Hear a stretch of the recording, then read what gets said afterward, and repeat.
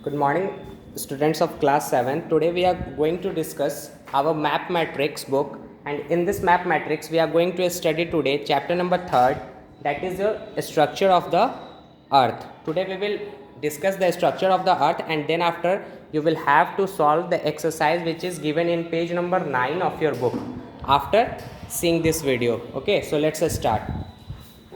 Earth is basically divided into three main levels. First one is your crust, second one is mantle, and the last is core.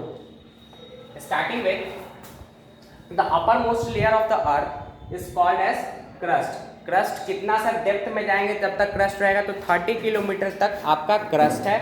crust के बाद आपका आता है mantle, जिसको कि mantle को हमने 2 पार्ट्स में डिवाइड किया. First one is your upper mantle and second one is your lower mental.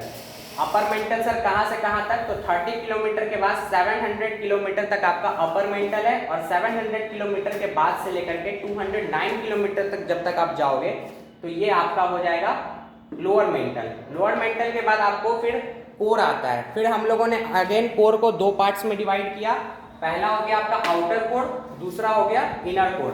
Outer core का जो थिकनेस है आपका, और यू कैन से डेप्थ कहाँ से सर कहाँ तक, तो 209 किलोमीटर से लेकर के 5259 किलोमीटर तक जब आप जाओगे तो आपको आउटर कोर मिलेगा.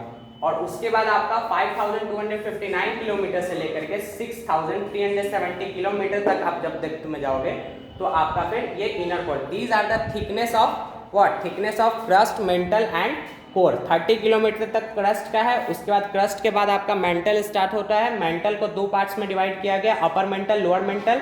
और मेंटल के बाद फिर आपका कोर आता है. कोर को अगेन हम लोगों ने 2 पार्ट्स में डिवाइड किया, आउटर कोर और इनर कोर. किलोमीटर्स याद रखिएगा.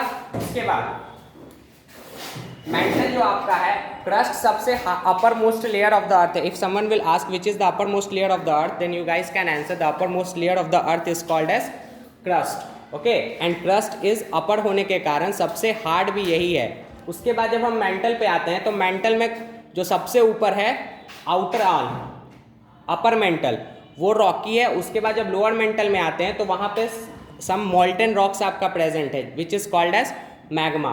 ठीक है. उसके बाद जब हम आते हैं कोर में, कोर में आउटर कोर में आपका लिक्विड फॉर्म में आयरन एंड निकल बोथ प्रेजेंट है. तो इफ समवन विल आस्क कि आयरन और निकल कहाँ पे पाया जाता है, तो आयरन और निकल सर आउटर कोर में पाया जाता है. ठीक है, लिक्विड फॉर्म में. किस फॉर्म में, लिक्विड फॉर्म में. So what you have to study in magma just beneath the, magma कहाँ है sir, magma just beneath, mantle sir just beneath the crust है. यानी कि क्रस्ट के जैसे ही नीचे आप आओगे तो वहाँ पे आपका मेंटल है. मेंटल का सर थिकनेस क्या है, तो 700 किलोमीटर से लेकर के 2900 किलोमीटर ये आपका मेंटल का थिकनेस हो गया. ठीक है. और मेंटल को फिर 2 पार्ट्स में डिवाइड किए. अगेन फिर कोर आ जाओ, कोर 2900 से लेकर के 6371. फिर कोर को भी हम लोगों ने 2 पार्ट में, इनर और आउटर कोर में डिवाइड किया है. So similarly like that. एक चीज और आपसे पूछ सकता है कि सर क्रस्ट में हमें कौन कौन सा चीज मिलता है, तो क्रस्ट में आपको crust is composed of silica and magnesium. Okay, that is why it is also sometimes called as sima. SI से सिलिकॉन हो गया और मैग्नीशियम आपका Ma. Getting my point.